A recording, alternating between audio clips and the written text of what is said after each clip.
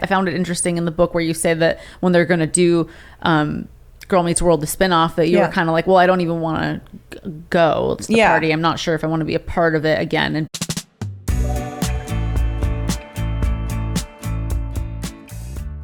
hello, everyone, and welcome back to Touchy Subject. I'm your host, Lena the Plug. If you're listening on a podcast app, please do me a favor and give us a 5-star rating and subscribe. And if you're listening on YouTube, please give us a thumbs up. Today, we have a very special guest, Ms. Maitland Ward. It's so weird for me that you're here because I did grow up watching you on TV, which I'm sure you've heard many, many times throughout your time. It's weird still. We've had I know. It is weird. I was thinking about that. I was like, okay, so this is my third time meeting with you. And the first time I met with you, we did a scene together that your husband helped us film and took photos of us. And then the second time we had on Plug Talk a few weeks ago. It's not out yet, but you know. Yeah. And so I almost forget that I grew up watching you on TV and that you're like originally Rachel McGuire to me. But you are. And I'm currently in the middle of your book that's coming out in a couple weeks, which I'm really enjoying. I'm like very excited to go home and finish it. I love a good memoir. And obviously your story is very interesting. So let's take it back to the beginning. Yes. Oh, back to the beginning. Very, very beginning. It was so weird having to go back and write about like my very early days, like as a teenager or as a child, and just like growing up. And you really like re-examine yourself. Like, especially decisions that I made in my younger years, like in my teenage years. And like, but I got kind of thrust into everything because really it was on my second audition, my official second audition that I got on the soap opera that I was on. That was before Boy Meets World. Yeah. When I was like 16, 17, 18. And so I was in high school at the time. I had a tutor on the set who was great. He was wonderful. Everyone must have wanted to be your friend after you got that part in high school, right? I don't think anyone suspected that or expected it, I'd say. I don't think anyone expected that I would get something like that because I was very much a drama nerd. I was just a girl. I wasn't the popular girl. But you had experience. You were doing it in school. But I did a lot of drama in school. Yeah. So yeah, they would expect, I guess, me being a good actress because I did do a lot of like plays and stuff and I was in the drama department, drama club and all that kind of stuff. But to get like this role in a soap so quickly, or what they thought was so quickly, and it was, but it was just kind of surreal because I think like the girls, like the cheerleaders and stuff, were not my friends before, and all of a sudden they're like wanting to be my friend. Yeah, I mean, I just would be so fascinated if I had someone at my high school go on to do a really big show, like while I was still in school with them. Yeah, while you're still I would not stop thinking about it because it never happened at my high school, but I would hear about it happening at neighboring high schools, like so and so from my school got cast in Twilight or whatever the hell it was, you know. And in the LA area, you know, so I know that it must have been just like a really, really big deal. Yeah. And so did you go back to school? Yes, I was in school at the same time, and it was great because I would go a couple days a week and then I'd go on set a couple days, and my tutor, he'd help me out with all my work. Not help me out, but he was very good like about, helping me study and manage my time and stuff. So you got to stay mostly like normal. I got to stay really normal. It was really great. Even for like my prom, the makeup and hair department, they got me all ready and I went to my prom and stuff. So, which happens to be one of my embarrassing moments in the book because my prom date didn't even kiss me. Oh my gosh. But he's actually still a friend to this day, so it's all water under the bridge. Does he regret not making a move on you? And I said it to teen people later on that they were acting about embarrassing moments or something. And I said, oh yeah, that's an embarrassing moment. And he read it and he gave me a note to my mother. Like he wrote me a note and left it with my mother. Sorry, he was just nervous. I didn't try to kiss your daughter. So I thought it was interesting, and the way you start the book is that you talk about how your mom, she was trying to have a baby, right? And she kept miscarrying, and then she had a lot of miscarriages. You ended up in the NICU when you were born, right? So they just sort of transferred this concept of you as weak onto you in your childhood, which I always think I'm very fascinated by this topic as a mom now. I just really try to note the way people talk about my daughter in front of her, because I know that things can be self-fulfilling prophecies. But for you, even though your family talked about you in maybe a sort of weak way, you sort of flipped it and you're like, I'm a survivor. I'm the opposite. Yeah, and I didn't realize that till later because none of my mom's like babies survived, and it's it wasn't her fault or anything, of course, but it was like just they didn't. And I just for a long time, they were trying to be very nice and stuff. They were trying to, you know, take care of me if I was weak, or if they were worried something would happen to me, as, you know, any mother and father, you know, good mother and father would. But later on, I really discovered that, you know, maybe I was the survivor because I was the only one who could survive, like, at something.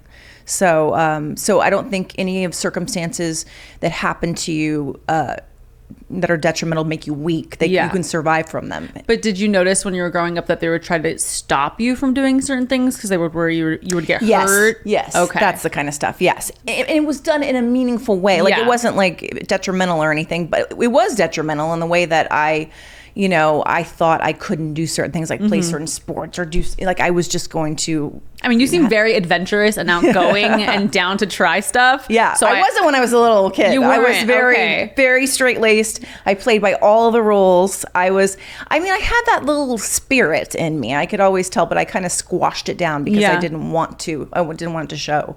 I thought that would make me bad or something. Wow. And were you worried about disappointing them by just trying dangerous things? Because I was like the golden child. I was the only child. And I didn't want to be like considered the bad girl or anything. I wanted everyone to like me. And that was nice, but it was also bad for me. To make everyone like you. But then you go off and you do theater and you have a lot of success and you sort of become not a child overnight, because although you're 16 when you get cast, it's like, I feel like people start to see you as an adult because you have a real professional job at that point, you know? Yeah, it was like I was the only kid like in school, or teenager in school, who was making like serious money. Yeah, you have a salary. Salary, right? So I was making more than my dad at the time, and he did well. I mean, he was really well, but like, so it was crazy to be swept up in that. Does the power dynamic change as a kid when you're making more money than your dad? I think I was a little bit older than that, so it wasn't too much. I can't imagine if I was like 10 or something. Yeah. Like, I was still old enough to like work at the Jack in the Box if I wanted to at 16. But yeah, it was a different thing. It was a totally different realm. But they were very proud of me. It wasn't that they really did believe in my acting career and stuff. But I remember, just my co-stars, one of my co-stars was like, all you have to buy is lipstick. You get to live at home. And like, I know, right? Like, what? Yeah. But you really just loved acting. You just wanted to do it. I did. It was a real outreach, an outlet for me, because I could be different characters, and I could not be the good girl all the time. I could be whoever I wanted to be because it wasn't me. But it was me, though. It was like me, my outlet. Yeah. What is like a role that you really wanted to play that you didn't get to do? I don't know if like as a kid, I'm trying to think of like roles I didn't.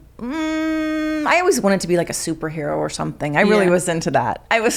But I did get to kind of play them out in my like stories that I did, and like my little films I made with my neighbors and like the kids in the. That's what you guys would do? Yes, we would have like little. But you would film it? Yes. On what? On like a VHS. Like back in the day, we rented those things. Oh my gosh. No, but my parents were really good. We got like this little video camera one year, and I was like, wow, I felt like I was the producer. I had this camera. So it was always in you, and you're. It was always in me. If people don't know, now you do professional, and you're very good at it. So you're sort of. That theme has never changed. Yes. You started doing theater. You were always playing with your kids in the neighborhood, making films, and now you're. I mean, I've heard the stories from you of the kind of productions you're doing now. Oh, so different. Yeah. No, but it's not even. But it's the same. I know what you mean. Yeah. Like you said that you had to read how many pages of dialogue for one of your scenes? I had to do 750 lines. No, 3 pages of one monologue. That is crazy. I don't think people realize with no how breaks. Nobody else was talking in between. It was just me. Always taking note when I'm watching a TV show and they didn't cut at all, and it's hard. And I'm like, holy shit. Yeah, it's really, and especially if you're doing a shot where it's like kind of like the zoom in shots where it has to be like one solid shot. And you cannot break. And I always think about like what the tension would be like on set in those scenes, because no one wants to make any noise. No one wants to do anything wrong, because it's funny though. Say it up, like. Well, some of the people when they have like a line, if I'm doing a ton of dialogue and then they have like one line, it'll just sometimes they forget, because that's the worst. That's the worst. Because they're what, so sucked in that they just forget and also it is hard. Actually, it's harder to remember one line where like what part of the dialogue is it in? Like, so many it takes a lot of practice and hearing it over and over and over. I mean, I guess I feel that because I try to film those stupid TikToks and I'm like, I can't mouth the right part at the right time, and it's only seconds compared to what you're doing. Okay, so you go on. I'm not really that familiar with the soap opera that you were on, but I know it was a really big name. I know the name because I have aunties who watched daytime soap operas and stuff. But so you get to do a pretty big show when you're so young, and then you're just doing a bunch of media at that age, like we were doing a bunch of. And it was weird because I was working with two guys that were older than me, like 25 and 29 and stuff. So they were my like boyfriends on the show. One of them was my terrible rapist, but he's actually still my friend in real life. The good guy is not. Okay, so I wanted to ask you about this because so you talk about people who are public figures in your book, and you don't keep them anonymous because obviously it'd be hard to tell the story without being able to say your co-star's name because everyone knew what show you on. Did you have to have any conversations with people before you wrote the book? No, I didn't have any conversations. I kind of just wrote what I wanted to write. I don't, whatever they're gonna think, that's it. Like, I don't know. Do you expect any conversations after the book comes out? Yes, from a couple of people, I definitely do. I don't know if I'll hear from my co-star from the soap opera that I had issues with over the years, but I haven't heard from him in many years. But he was definitely a mind fucker. Like, I mean, you were so young. And you were cast with someone much older than you on the show, and you're meant to do all this media together because you guys have this relationship brewing on the show, and so everybody wants to see you guys together. And he does a weird thing because he's not dating you, but he plays like he's dating you and gets in your head and wants you to sort of appease him all the time. But meanwhile, he's dating with intention to marry somebody else. And the theme in your book is that you're sort of like learning how to be a woman and what is allowed and not allowed in regular life, but also in TV life, and sort of the ways that people try to push you to not behave in certain ways. Obviously, you had a religious grandmother who had sort of already gotten in your ear about what was right and what was wrong. But then it happens to you with TV and just even just the way that you choose to dress off camera. Even. Off camera. I know. They were very like specific about that. Like people would be like, you need to keep up a certain image. You need to be this certain persona. And I was like this good girl kind of. So I felt I had to live up to that in real life. Were you processing all that in real time, or was it not until years later that you really were realizing? You know what? I think it's both, because actually going back and writing the book, I was processing it again, saying, oh my God, I can't believe I did this, or I can't believe I fell for this, or thought this. But I don't think I understood exactly what was happening at the time. I thought, that my co-star, which is weird because my grandmother she was conservative, but I think she definitely did it in a way where she did love me. So she was thinking it was for my best interest. But the guy on the show, his name is Dylan, but he was doing it more to control me. He wanted me to be a good girl, but so, I stayed in some sort of box. And that was something that happened so much through my career and everything. People would always like to put me in this box where they just wanted to keep me there. And it's weird. I don't know. But then you go on to do Boy Meets World. And I mean, me watching this growing up, I wasn't thinking about the fact that Rachel only gets these ditzy sexual storylines where she's just being dangled in front of the other men. That was literally your entire character. When I was filming it, I didn't really conceptualize it as much as I'm looking back on it now and remembering everything. And I'm it was, she was always the sexual butt of a joke. You didn't really have your own storylines. It was more like the storyline would be about, why am I blanking on the name? Because I want to say their real names, Will and Matt, but it would be... Well, it was interesting because it started out when I was on the first season, my first season. I say Will and no, but it was Eric and Jack. That's their character names. Eric and Jack. Thank you. But I like to say their real names too. I kind of because I just came off reading your book an hour ago. So I'm like going based on their real names. I really grew up with that show, feeling it's one of the only shows where I feel like I remember every single character's name, because I was so invested. And they did a great job. They grew with the audience. Really, the executive producer, I have to give him credit. He really grew with the audience. Like, he didn't talk down to anybody, like a younger audience. Yeah. Like, the teens that were watching weren't being talked down to. They were really like growing up with these characters, and he did a great job. You really were the first character like that on Boy Meets World, right? And it wasn't until the very, very end of the show, the last 2 seasons. So, I mean, that must have been weird for you, right? Like, you're going from being super innocent character on the first show, and then you're still supposed to be sort of innocent on the second show, but your main driving force around the cast members is that you're so hot and they don't know what to do about it. But it was funny. So in the beginning, the guys in the storyline who were my roommates in the apartment and everything, I felt like they were more falling all over themselves to get my attention, and it was a nicer thing. But it got weird the next season with Corey and Sean, because the other guys moved out. It was all this like apartment hopping going on and everything, and people were, Corey and Topanga got married and stuff. But it was weird because those guys were just like salivating. I mean, they went through my panties and my diary, and then they stole pictures that I took for Jack, who was my boyfriend on the show, and put him up in the student union to get back at me. I was reading that part in your book, and I was like, I totally forgot about this whole scenario, and I can't believe they actually wrote this for the show. It doesn't seem like something that would fit in the Boy Meets World. How did I get nudie pictures on the thing? But everything they did was still within what would be okay with Disney. Right. I don't think they could do that today. Like, getting like, it's kind of revenge porn, basically. That's true. I wasn't totally nude, but because I couldn't be on Disney. But still, I don't know how they found like my stuff. They were going through my drawers everywhere. Do you feel like because that was the character you played on the show that the girls on set treated you that way?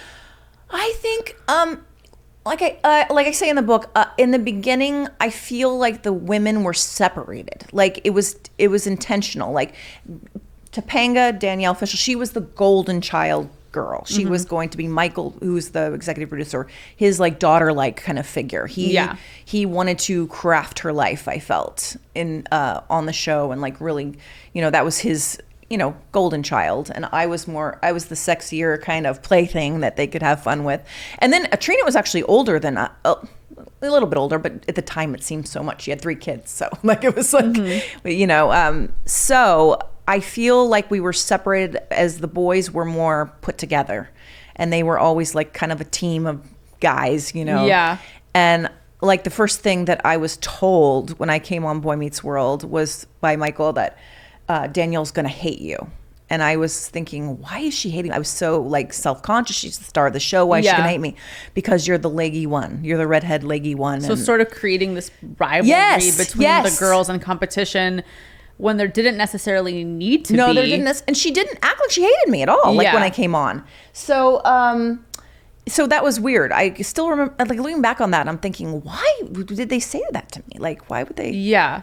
And I mean, you and her now are not, like, you guys aren't friends now. I mean, she said in the book that she came to your wedding. She did come to my wedding. But now that you have this sort of porn star life, you don't know how she feels about you? I don't know. But it was before that, actually. It was like, when we were talking about like when Girl Meets World came back, which is when people say, oh, you weren't on Girl Meets World because you did porn. I'm like, I did not do porn at that time when Girl Meets World was on the air. I did cosplay pictures on Instagram.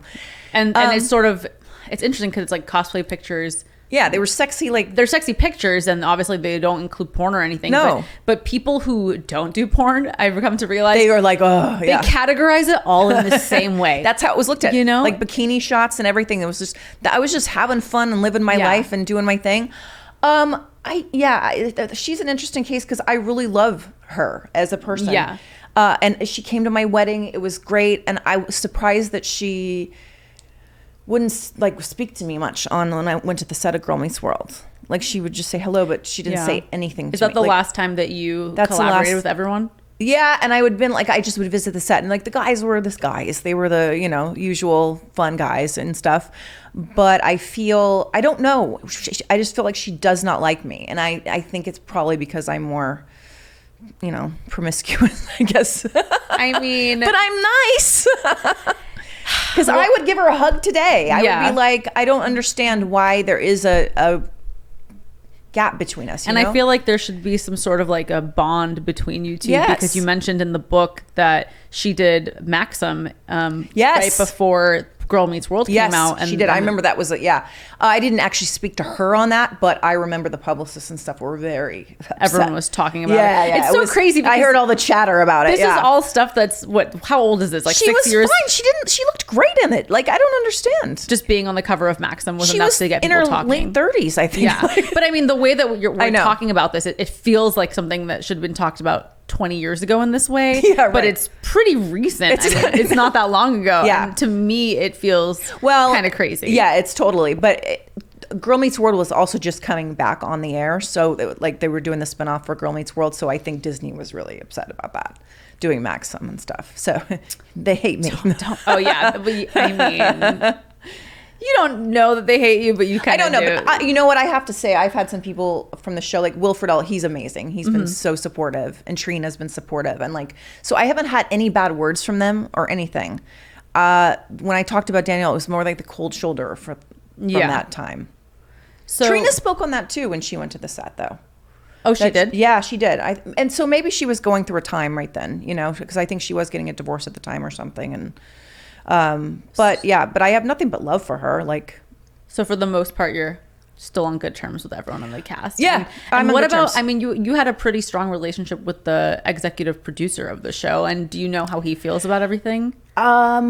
He has not spoken to me, and I think he's had a heart attack over it. Really? But he's not said anything to my face, but he was instrumental in not bringing me back on Girl Meets World, even though that wasn't something that I was so eager to do. Yeah, you were trying to get away. I was trying to get away from that because I didn't want to go back and read history and stuff like that. But because I had really worked to try to reinvent myself and with my writing and stuff and my sexuality and everything. But I mean, I would have loved to see all the people again. I did visit the set several times. Yeah, but I know he wouldn't like anything that I represent for the show, I guess. It sucks because I feel like you guys had a good off-camera relationship. Right, we did, yeah. Just as, because we did. He's the dad of the show, sort of. And he really is the dad of the show. Yeah. There was all of us were his children.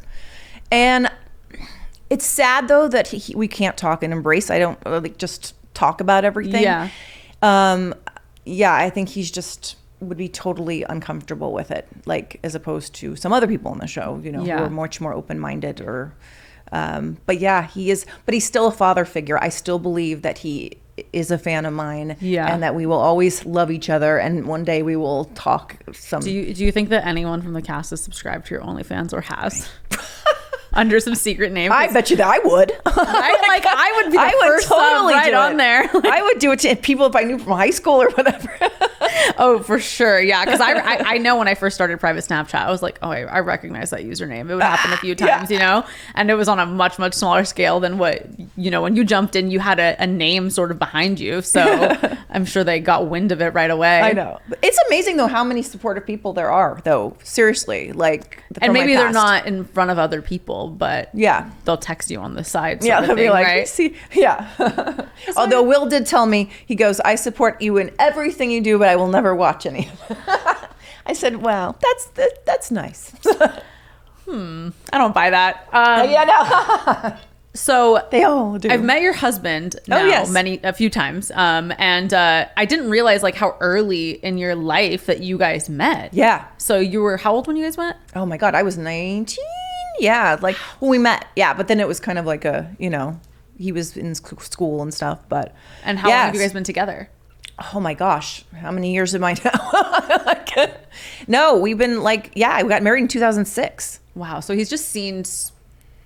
He's seen every phase of my life. Every phase of your life, and I really, really admire your love story because he just seems like the sweetest guy, and he supports everything that you do, and he's watched you, do the shows and stuff, and now, I mean, he was here when we had sex last time, so but he doesn't join in at all. No, he doesn't join in. But and I know he'd be too embarrassed to. I know how much he loves you and how attracted he is to you and how much he admires you, and then he's so supportive that he's just there. Like he doesn't watch. But how was that when you guys first started talking about the porn thing?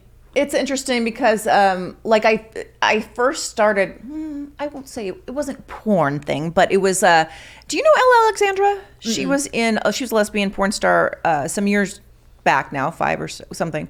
But I did International Kiss a Ginger Day, which is a day that we celebrate every year. No, but I wanted to do a cute little shoot. This is before I did any porn. It was back when I was doing the cosplay kind of stuff. Okay. And so I did a shoot with her and we did cute stuff, but then we ended up getting naked at the end of it. And you didn't intend to, but it just happened. No, it just happened. And at the end she said, "You're going to do something in the adult business one day. You're just too comfortable." And I was like, "No, I don't think so. I'm not good." And so that was like kind of my my start of like exploring on camera like that. But so we brought her back years later. But I think the girl stuff was definitely easy for him. Like, he doesn't care about it. Like, it's fun. I mean, he had seen you, I guess, in your private in real life. Yeah, so girls was never like an issue. It was more of an issue of like doing it on camera, like just for an audience. Public, yeah. But it really wasn't an issue, though. I mean, he was so supportive in it. But I just remember, like, and I talk about in the book when he saw in me that I wanted to do all these different sexual things with men, and I had these fantasies, and it wasn't something like he would want to do necessarily. He doesn't want to do like dungeon stuff, like and do all these orgies and things like that I was just like very enthralled by, and I just was like wanting to do it. So he saw it. He was like, I think this is the part of yourself that you need to explore, because I was good at it too. And I was like, I was surprised at how good at it I was, and the fact that I was comfortable with it immediately. Yeah, I feel like throughout the book there's the theme of you like having a sexual itch you sort of want to scratch and that's explore. What it was. Yeah. And then there's all these little pockets of moments where it kind of happens for you, and you meet a girl at the makeup counter and then you're fucking her. But then I was like so secretive about then. I didn't want anyone to know. Like, and you were sort of like, does God hate me now? At the end of every single time, which I'm so glad I didn't grow up with that. Like, I had religious family members, but I was reading your book and thinking back on my personal sexual experiences when I was younger. I was like, God, I'm so glad I didn't have to worry about that. But your grandmother had a Jesus frame. Yes, in your bedroom. The little bitty gold one that was like the blonde, golden haired Jesus, and he's just watching that everybody had back in the Oh my gosh. Yeah, and I just felt guilty for everything I did, any feelings I had, any sexual kind of feelings, and it was weird that I had different people in my life reinforce that. And actually my husband was the one who said, you don't have to feel guilty about that. And it was such a relief. Like, that was the first time someone had said that to you? Pretty much, because I would hide it from everyone. Yeah, I mean, if you have, executive producers shaming you for wearing a crop top, and then your husband is telling you, like, no, like, if you have a fantasy, you should fulfill it. That must. It was a shock. I thought he would be, if I told him about any of my fantasies, like, he'd be like, "What's wrong with you? Are you crazy? You're bad." But he didn't. He really.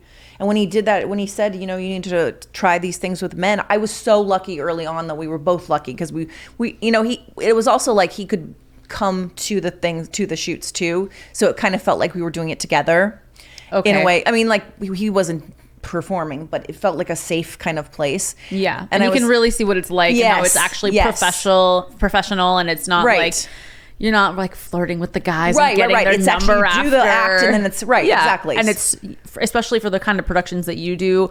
You work only from Vixen Media Group, and I mean, they have these huge productions, and you have a lot of lines, and you're on set for many hours, and 99% of it is not sexy. There's like 1% of it that's sexy, and it's actually the sex act. Yeah, but everything around it is just like very true. Getting ready, the redoing your makeup, and the lines over and over, the pictures, and then finally you fuck at the end. Yeah, right. Exactly. So I mean, when you see that, you can kind of sort of see how it's. When I was really lucky though, when I did content though, when I started out doing that, I got 2 great porn stars guys. If I hadn't have done it and they hadn't been so professional, it might have been a weird situation. But they taught me so much, like Isaiah Maxwell and Danny Mountain. So was your first scene a threesome then? No, separately. Separately. Okay. I did a blowjob first. Okay. And then I did yeah. I mean, I talk to girls sometimes and like, my first scene was a gangbang. And I'm like, wait, why? No. I was like, well, no, my first scene with a guy, I did have another girl with me, but a girl. Okay. To make me more comfortable. Yeah. But then I was not nervous. And we worked, both guys, like for about a year or so, we just worked on doing scenes like every month or so. Like, and I really got a lot of experience performing that way. What do you think was like the biggest things you learned in the beginning? You know, from going from having regular bedroom sex. It's totally different, but I love that it's so big and explosive for lack of better words. Yeah. But it's so like, it's like people say, oh, is it put on in porn? Well, I mean, it's like if you love being a dancer, you love dancing and the dancing is so amazing, but yeah, you're definitely going to perform for an audience. So it's a little bit different. And I really think my sexuality and me loving to be so sexually like exploring, I guess. And then also me knowing how to perform for a camera and with lines and do all that. It was really like, it kind of just was perfect for me. It just felt so good. I mean, do you have a lot of lines during the sex that you're written? You know what's funny? No, she doesn't write, or Caden was who I work with on Deeper. We don't write a lot of lines during it, but I'm told to dirty talk a lot because I can do it really well. And I can go at length, but it's the funniest thing when some people, when I'm talking and then I'll be like, you know, do this, and I'm like, just be dominating because I'm this dominating kind of figure usually in the movies. They get scared. You do have this very like intense eyes because I experienced it recently. I've had a couple times where they're just like, it's hard for guys. I know. It's like, but I'm supposed to do this. Yeah, I mean, I just see it with verbals. Like it really takes people over the edge. and you know, so it's like, yeah, you might not talk so much in your personal sex life, but when you're performing and you know that you're trying to get the other person on the other side of the screen excited, you do kind of want to amp it up a little more. Yeah. But yeah, I remember working with you, I guess it was last month, and I was just like, wow, she really likes this. This is so fun for her. No, I put myself all into it. All in. Give it your all. No, that's awesome. Yeah. So what was it like your first day on a professional set, like with Vixen? It was so normal for me. It really felt normal because it felt like it was a real film set. It felt like being back on a like an independent movie set, I'd say. Like or, you know, like some television set. It really was absolutely normal, and that's really what turned me on about it too, because it felt so professional and so, you know, great. And then my co-star was great. So I loved being there, and I was really excited. I was like, it was the first acting that I had done on camera for a long time. Really? And I remember I had a little script and everything, and I acted out there. And one of the makeup artists, she was like, "You're a really good actress. We don't get many of those." And you're like, "Because I'm a real actress." I know. But that was key in me getting the movie Drive with Caden Cross, who had just started Deeper on the Vixen brands. Like she had just started like 4 months earlier, like just launched it with Vixen, and they were doing their first feature film, and she lost the co-star, the co-actress with Angela White was the other one, and so they were like, my blacked scene launched on a Saturday, and she was filming on a Saturday and lost the co-star. So by Monday she was like, so my scene was like killing it over the weekend because people were all like, Rachel's doing porn. Like, yeah. But so Monday morning she thought she might have to give up the film because it's hard to find somebody who wants to take that lengthy of a script. Yeah. And at short of notice too. And then they were like, talk to Maitland. So we met at a Starbucks, and it was fate. It was meant to be. It really felt like we were at some crossroads finding each other in life, because I kept hearing like whispers about her and stuff, like just in the background. Not that I was like, people just talking, and I just would hear like, oh, Caden's doing this. Caden's with Greg now. She's launching this. And so it was kind of like, And then I was like, wait, that's Caden who I'm meeting with today. Like, and her script was beautiful. And I was like, this is exactly the kind of stuff I want to do. Yeah. Cause when you took, I mean, I guess it wasn't an intentional acting break, but when you basically had no more shows to work on, you got really into writing, and you started writing erotic novels, right? Mm-hmm. Yeah. So you falling into porn is really no mistake. It's just people didn't realize it. You just didn't really know, like, okay, well, I like this and I like this. Yeah. What should I be doing with it? Yeah. Porn is like sort of the obvious answer, but because you had such a sort of traditional mainstream history before that. You probably weren't really thinking about it, right? I mean, no, it was such a slow process along the way. It really was. People think, oh, all of a sudden you just decided to go into porn. It's like, no, it took many years. Like, and I was thinking about it for a long time, and it was just that I just found that I loved it and I found success with it. I like people really like responded to my stuff, and I loved that, and I could finally be who I really was. Like, I'd finally live in my truth, and it was great. Do you get to help with writing it all? Yeah, I'm starting to write stuff for Deeper. That's awesome. I mean, Caden writes the big stuff for us, of course, but we collaborate. But she writes all the big stuff. But I've written a couple of scenes and working to like direct. You guys, we have our very first sponsor, and I'm so excited because I've been looking at this product and it is actually really sick. Today's sponsor is Freedom Grooming. We all know that bald men are super hot. I used to date a bald man. He decided to get his hairline done and grow his hair back. I'm waiting for the day his hair starts to fall out again because I love bald men. I used to shave Adam's head for him, and honestly, it was a big problem. And I wish that I had come across Freedom Grooming, because look at this. This product is made for the shape of a head. It's like for a sphere, you know, going in with like a traditional razor is just not ideal for shaving a head. So I wish I had one of these. And honestly, I wish that Adam would just let me shave him bald tonight because I really want to use this product. If you have a bald husband, I really encourage you to get this product for him because he is using like a one-dimensional razor to shave his head. Like, that is just so impractical. Since this shaver has 5 blades, you actually cut like 50% more hair at one time when you're using this kind of razor instead of a traditional razor. Also, we're not forgetting about the bald women. Bald women should totally get this. When you get the Freedom Grooming razor, you don't just get this razor, you get a bunch of other attachments, and they're pretty cool. You have a precision clipper that you can just attach on here. It also has a skin massager that feels really nice. I would totally add this to my skincare routine as well because it feels really good. It has a USB charger so you can just recharge it, and it's pretty compact, so I feel like this is perfect for traveling with. It fits nicely. They have a travel bag that you can get with it. Honestly, I'm really excited about this product. I wish I knew more bald people so that they can give it to them for upcoming holidays, birthdays, or just because. Get your man or woman the best shaver of their life. Freedom is giving Touchy Subject listeners an exclusive discount. Visit freedomgrooming.com/touchy for 20% off of anything from Freedom Grooming. That's freedomgrooming.com/touchy for 20% off of all of their products. So a porn feature is like a 2 to 3 hour film, right? Well, I've never actually seen one. There's like 5. No, it's more than that. It's like there's like 5 sex scenes in it. A feature. Okay, wait. So it's a lot. Acting, full sex. Like, how long is the sex? 30 to 40 minutes. Wait, so how long is the whole thing? It's really long, but it's in episodes. They do it every week. Okay. It's not like you don't have to watch it all. Because you don't have to watch it all at once. You could have a great night, but I do appreciate the art of porn, but I always am just wondering, I'm like, who is watching the full thing? Like, I'm trying to masturbate very fast secretly under my covers. You know what? If you're watching our stuff, you're not just getting it for like masturbation. Like, you're going to get off and it's going to be good, but you're actually watching the story and stuff. And the whole buildup of it. Yeah, and the whole buildup. And it's so enticing because it's kind of like, I don't know, it's just not a quickie. It's like if you're having a steak dinner instead of a hamburger. That's a very good way to put it.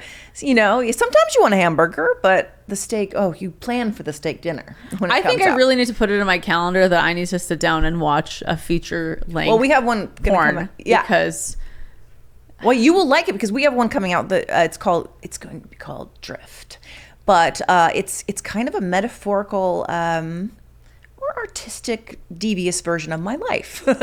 Oh, yeah, it kind of because I'll just say it starts off with a sitcom. It's kind of like, oh wow, you know, do you know Natural Born Killers? How they did the editing? It's always flashy, like they just go back and forth and like it's really cool. But time. Yeah, okay.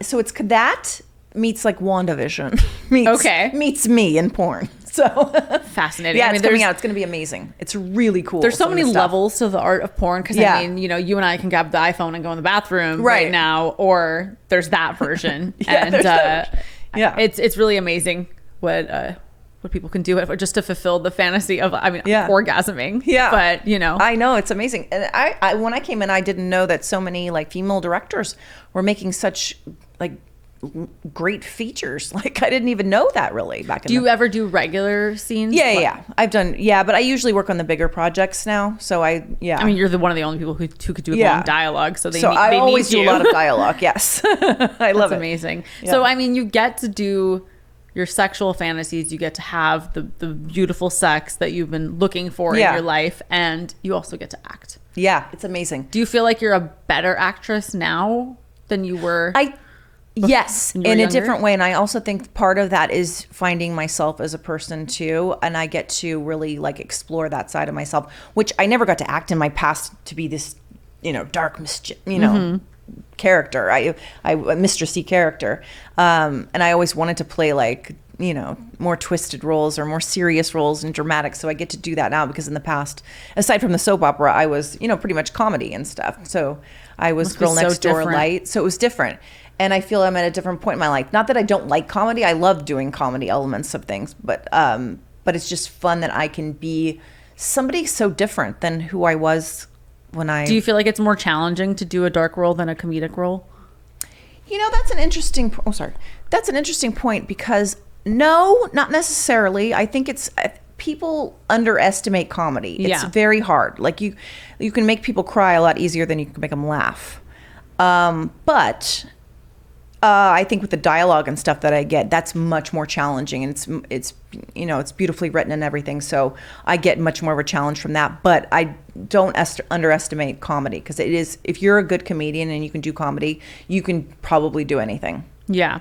No, I mean, just because comedy, it sounds lighthearted, but it doesn't mean that you're always going to be funny in the way that you deliver the lines unless there's a beats to it. Like you really have to, know how to deliver that. And people don't realize that. Yeah, it's kind of... I guess the challenge with what you do is I feel like if I saw the script, I would just be like, how do I make every line sound hot without trying to sound too hot or like I'm trying too hard to be hot, you know what I mean? Because that's also not sexy. Yeah, no, you can't make every line. You have to pick out your stuff, like where pick out your points of which will be your sexier stuff. And but see, my stuff is more like I'll do like just very sultry, like very mistress dark stuff. It's not always like it's more they get turned on by me dominating them.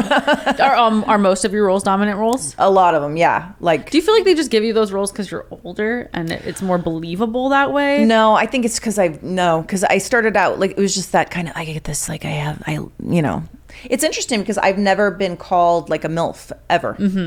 And that's purposely just because I don't like tags. I mean, that's fine for if you want to do that, but I just don't want to label for anything, Yeah. I just want to be. So you don't ever get like the stepmother role? Oh, I've never played a step. I don't think I have any kids. Like I know. My characters don't have any kids. She might eat their young.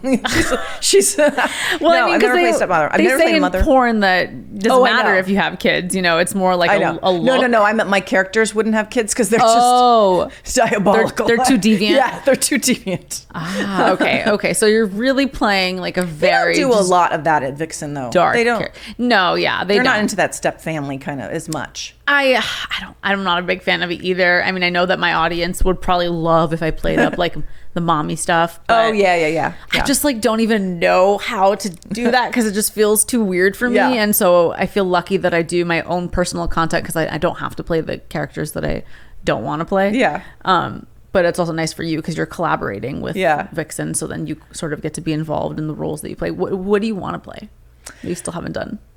I would like to do a big cosplay movie. Do you think they'd be down for that?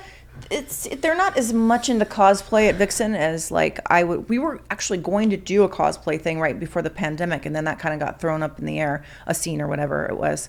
But that's one thing I want to do in my porn career is to do a big cosplay. Yeah, I can't really see it being their vibe. That's everything they do is sort of timeless.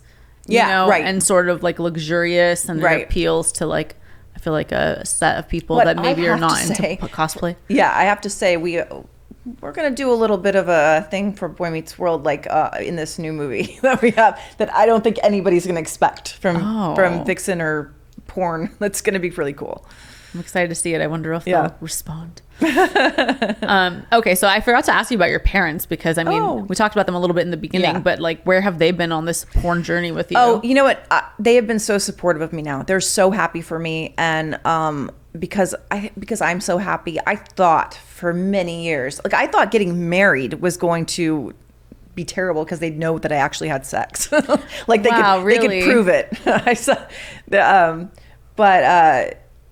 Yeah, they've just been like, I was so scared for so long, and then when I finally everything came out, and I just, you know, it was who I am, and So were you hiding all the cosplay photos and everything from them? No, not the cosplay though. They weren't like, no, they knew I did that kind of stuff, cosplay stuff, like the public Instagram kind of stuff. But my content that I was selling, I didn't speak of that to them at all. Was it weird for you when you were playing Rachel because your role was sort of more of a sexual role?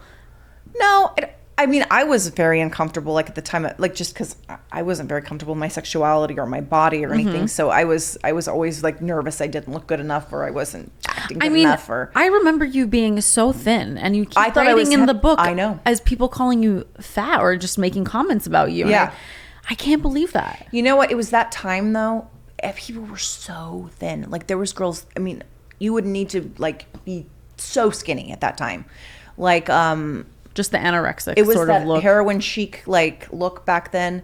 And so yeah, it was like it was crazy. Yeah, I just can't. I mean, I remember your character very well, and I'm just like, that is the epitome of a thin person to me. So I when I read those parts in the book, I was just like, and it was sad. How? Yeah, but well, when I was younger, I was a little chubbier than I was when on Boy Meets World. But yeah, but it's that feeling of Hollywood. You need to be perfect. You need to what they say is perfect. Everything you wrote about sort of fits that stereotype of what you hear about Hollywood. What would you advise to someone who's like trying to get into Hollywood versus trying to get into the porn industry? You know, it's interesting. It's a different world now because I wouldn't be anywhere I am today because if it wasn't for social media and stuff. So I think that's a different animal than when I started out, like in Hollywood back when I was in high school. Yeah, it was like that was much more of a traditional thing of auditioning and doing that. But I think now with social media followings, I think it's both good and bad. I think people can get famous really fast. Yeah, and stuff. It's not always for the right reasons, of course, but I felt for myself with social media, it was an opportunity for me to show myself and what I wanted to do and be just authentic to my audience when Hollywood would not let me be anything that I wanted to be and told me I wouldn't make any money and I wouldn't like be, you know, successful at what I was doing. So social media and the press really were instrumental in that, like pushing me along. So I think good social media following and stuff and really being authentic with your audience and trying to, you know, to connect with them in some way. And it's not just about just putting pictures up, but it's something like, I mean, well, you know, because you connect with your audience, you know. I feel like the social media thing is getting harder and harder every year that social media exists. You know, when I started, I could post a photo and it could potentially get on the Explore page a lot easier. And then, you know, you can get sort of viral that way and get followers. But you know, especially now with video content being favored, like being interesting and being relatable and being shareable is really the most important thing. Right. If you can do something that people want to show their friends and are sharing in whatever way they want to share, that is how you're going to actually grow on social media now versus before it was really just about the eye-catching booty or boobie or whatever pic, you know? So it's definitely a little more challenging, but it definitely, it sort of makes it so that the more interesting, hopefully not interesting in a bad way, people rise to the top, you know? I know. But it does give you a platform, definitely, to expand. I mean, and also like people in the studios and stuff in Hollywood, look at the social media followings now. That's true. Yeah. They don't, like if you have over a certain amount, then they'll more likely see you than not. I wonder if casting directors' jobs are just so much easier now. You know what? I don't scroll on their phone all day and see. Yeah, and you know what? A lot of auditions are taped and stuff. Back long ago, we'd go to Warner Brothers or wherever, Disney and just wait in a long line. Yeah, and do the auditions. Yeah. Wow. How many auditions do you think you did before you landed like two pretty big roles? No, I did. I only for the first one. Beautiful was the second audition. Okay. So my first years were easier than later on, and I took that for granted too. Like I thought it was going to be easy. Like, oh, I got him right away. I got high profile stuff. But it's weird because it's like, it was easy for you to get the high profile stuff because you were very talented, so then you got the jobs, but then those roles sort of put you in a box, so then it made everything else harder. Yeah, and you would think it would be exactly it. Opposite. You think those roles would have catapulted you forward in the industry more. Yeah, you would think so, but people can get typecast very easily, and they want to fit you into just a certain box. Yeah. Yeah. So in the book, you talk about hair color a lot. I feel like it's like your hair color. I had a lot of changes back then. But you kept the red. I did. And it was by accident because I dyed my hair black. Yeah. And to get it out, you have to... Because you're born a blonde. So normally... I'm born blonde. I'm kind of golden blonde, though. So I'm not like a towhead. Like I'm, I do have this kind of warm, well, I say warm tendencies. Like my aunt is a redhead and my grandpa was too. So okay. I have it in me. Like because you get cast as Rachel with the red hair. Yes. And that's your first role with the red hair. Yeah. And then you change it later, but then now you kept it again. Do you feel like you had to sort of look like Rachel while you're doing porn? No, actually, no, not at all. Because I was back when I did White Chicks, I went blonde, even though I wore a wig in that, but still at that time I was blonde. But then I had been redhead for a while. I'd been back. It's weird, and then I did also a little film where I had to be blonde again. This was about, I don't know, 5 years ago, I guess, or something. And I didn't feel like myself. It's weird. Even though I was born like lighter haired, I just didn't feel like myself anymore. Like I felt like, I don't know. I just feel like I'm a redhead in my heart. No, yeah. I mean, I didn't know that you were naturally a blonde. Yeah. I Googled so many different photos, like reading through your book. I'm like, cause I'm not familiar with like all the actors. I'm like, who's this guy and what's this? And a lot of the things that you talked about, like the TGIF, like I don't really remember that. Oh, you don't remember the TGIF? Yeah, because no. TGIF was the block of Boy Meets World, Full House, or whatever the ones were. And it was just on Fridays. That was the schedule, basically. Yes. I mean, I remember watching the show and I watched all the shows, but I just don't remember like the theme. But there was like a party that would happen. Yeah, on those we had a days. party. Yes, we went to. It was like the opening night of like series premieres of the TGIF shows. And that's where NSYNC was when they kind of debuted. I mean, that was the first time I had known of them or anything. So, it was, and the Olsen twins were there, and like it's so weird. It's so weird for me that like you're telling me all these stories because it's actually just my childhood. Yeah, it's like really what I grew up with. Do you think that you would go back to TV if someone offered you a role? Yeah, definitely. And I did a pilot last year. It was it's still in the works and stuff. So I would definitely do that. And I was able to produce on it and stuff. And it was I will go back on my own terms on things. But yeah, I'm still planning to do the mainstream pilot and everything. Awesome. Yeah. Nice. I'm very excited about your book. I'm glad that you actually like got to tell your story and a big publication gave you a book deal. I mean, I know, it's amazing. It's really amazing that porn gave me my acting career. I'm more respected in mainstream. That's how they found me for the pilot last year that we did. Because of the porn? Because of the porn and everything, and just because of the attention and stuff. And I don't know. I think it's because I've never been shamed about anything. Like I've never been shamed, like, because a lot of people. You're not embarrassed. I'm not embarrassed. This is me and I'm doing myself, and I'm proud of it. And people are really attracted to that. Like you're just being the authentic version of yourself. I mean, I found it interesting in the book where you say that when they're going to do Girl Meets World, the spinoff, that you were kind of like, well, I don't even want to go to the party. I'm not sure if I want to be a part of it again and be your character. Like I thought that was a pretty bold statement, but you really were just so ready to be on your own terms with everything.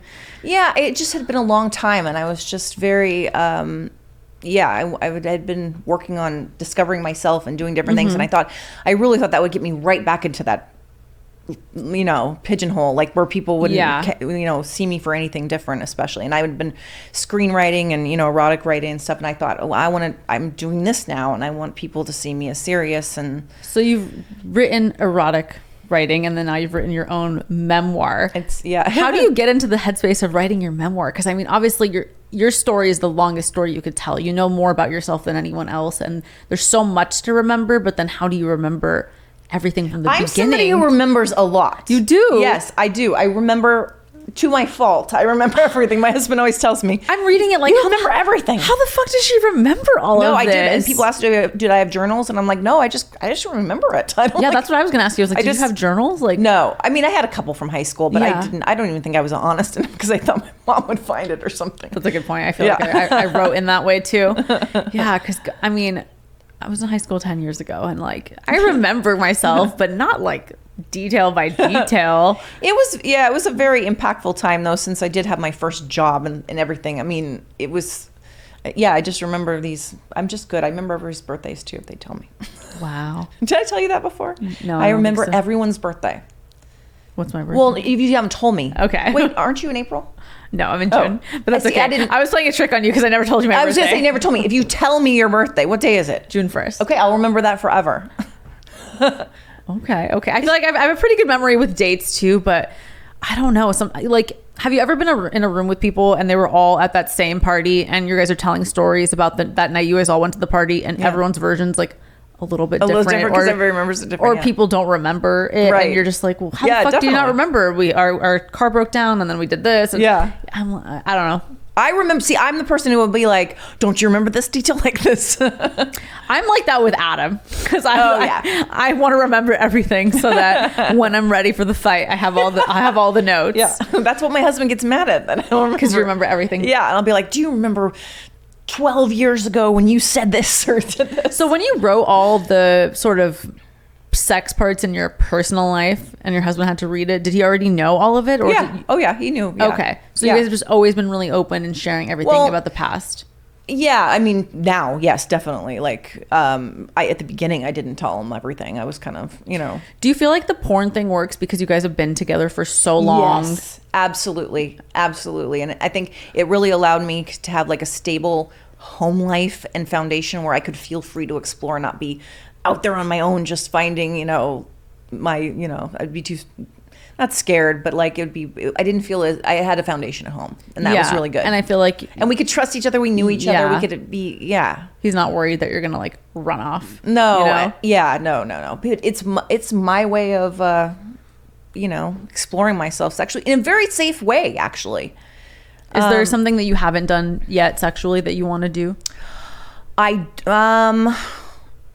Yes, there's different scenarios, but I've done a lot. I just did my first DP, so How was that? It was good. Actually, I did two, but you did two of them? I just did two. Yeah, I did. But maybe different group situations. Maybe I might want to try like more BDSM stuff just to see what it's more like. But you write about that a lot in the book, how you were like first learning about it. Yeah, which I feel like I didn't know what BDSM was until much later in my life. But it's little notes of you finding out about it when you were pretty young. Yeah, I mean, but it was so funny in college. I know, I can't believe they went to a BDSM club. It was like in college. It was very shocking. Yeah. But then you were in college with like, you keep calling them the Bible girls? Well, I say they're girls that were like, Christian girls that were like. And you grew up with them? I didn't grow up with them, but I knew they were, they're local kind of girls. And I felt like I needed to be in the Christian club set, to. You're really just trying to play the good girl all the time. Yeah.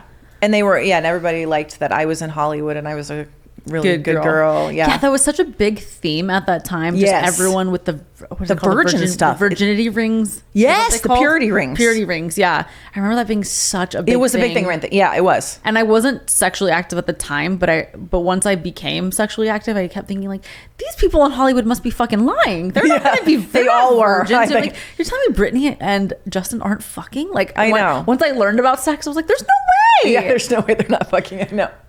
I know. I have to say, he came onto the set one time. Oh, because Danielle dated Lance. Okay. Very nice. They were super nice. This is the early days of, NSYNC and all that, But yeah, that was a fun time back in the day. Do you feel like that was like a conversation with your managers ever at a time where there's like, will you press this sort of image out there? Like, yeah, I mean, it wasn't the same way back then because of the social media stuff. So you didn't, but definitely like press pieces and stuff. They'd push that kind of stuff. They'd want you to talk about virginity. Yeah, that you were like, you're a good girl, you're, so Christian, like kind of, they did. I mean, I don't know if they said talk about your sexuality totally, but it was presented in that way. Like, crazy. Yeah, and like it was weird how they wanted to present you. Like just even in the early days in the soap, me having to go out with the guy everywhere, and so that you wouldn't seem like you were like alone. I don't know. Yeah, it was like he was watching over me, kind of that kind of feeling. This feels like it was like 100 years ago. I know it does talking about it, but it wasn't. Okay. It kind of was. Crazy. Okay, well, I'm very excited to go home and finish reading your book. It was very well written. I'm honestly like right before the part where you get into porn, so I'm very excited about. Part. Yes, like I just read about your whole upbringing and all the shows you did, and we're about to get right into porn, so I'm really, really looking forward to it. So if you guys are interested, you should check out Maitland's book. It comes out September 6th. Yes, right? September 6th. You want to give them all the details? Yes. Rated X, how porn liberated me from Hollywood. But yeah, go on Amazon, Barnes and Noble, wherever. Was there any problem with you putting porn in the actual title of the book? There was talk. Actually, they liked that. They did? Okay. Yes, because they really wanted to. Oh my gosh, they're so good over there at Simon & Schuster and Atria Books, which is the imprint there that publishes it. They're women who are just like so sex positive, and they love the story. That's awesome. Yeah, they're great. They're absolutely great, and they were really instrumental in like saying, hey, let's do this title. It's really gonna grab people, but it gets people to know the story. How I was liberated. How else to say it besides the word porn, right? Yeah, but people did ask, oh, can you sell it in Walmart? And like, oh, that's true. Yeah, but I don't know. But yeah, but they seemed confident about that. That's a good point. If you walk by a book in Walmart, they can cover them. Oh, I think. But then I know. Right, like put the big X mark. Or like in other countries, they'll like, certain ones that don't allow, porn, they can, I didn't really think about that. Yeah, it's interesting. Well, you guys should all check it out. I'm enjoying it. Thank you for watching today's episode of Touchy Subject. We'll see you guys next time. Bye.